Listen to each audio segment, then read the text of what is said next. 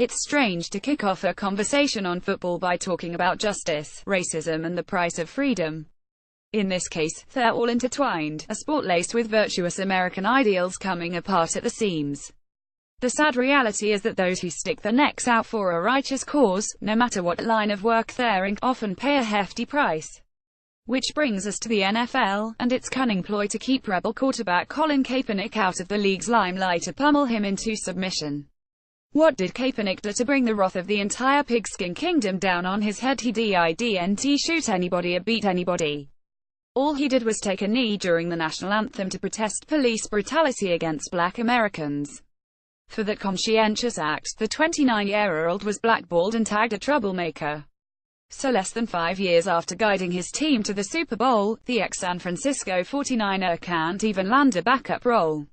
Message sent. Keep in mind that this is happening in a nation founded on protest, which remains one of the most fundamental and functional tools of our democracy. We are free to disagree with Kaepernick's attack, but to suggest that helps disrespecting America or the countless men and women who've sacrificed their lives to safeguard our freedoms is just wrong. If anything, his actions represent what our flag and the national anthem symbolically afford each of us: liberty, including the right to peacefully protest, even if it makes someone else uncomfortable. Unfortunately, Dallas Cowboys owner Jerry Jones is among those who take issue with Kaepernick and anyone else would dare to challenge a certain concept of patriotism.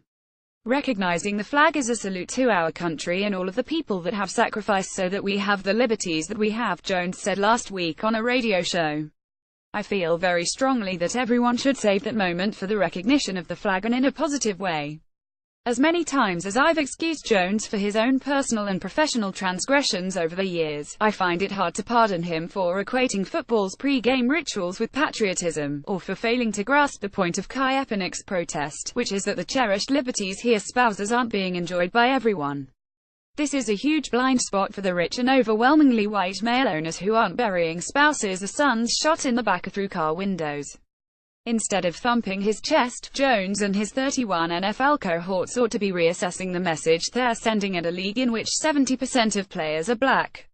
One glaring problem is the lack of black owners. Unable to relate to Kaepernick's concerns, the NFL owners chose to make a mockery of free speech by making an example of number 7.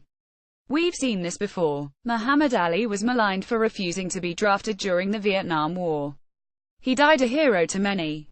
Tommy Smith and John Carlos were castigated for raising their fists in a Black Power salute during the medal ceremony of the 1968 Olympics in Mexico to protest discrimination in America.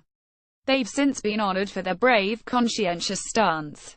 Kaepernick is paying the same price as the defiant black athletes who came before him. In time, maybe those wrapping themselves in the flag will realize that this young man did a favor to those who believe in America's ideals of liberty and justice for all. He didn't stick his thumb in America's eye by refusing to rise for the national anthem. He forced America, in a respectful and time-honored tradition, to open its eyes to a brutal and unjust system. He made a choice, and right now, I'm finding it much easier to kneel with him than to stand up for a league bent on breaking his spirit and diminishing what it means to be free in America. James Ragland is a columnist for the Dallas Morning News.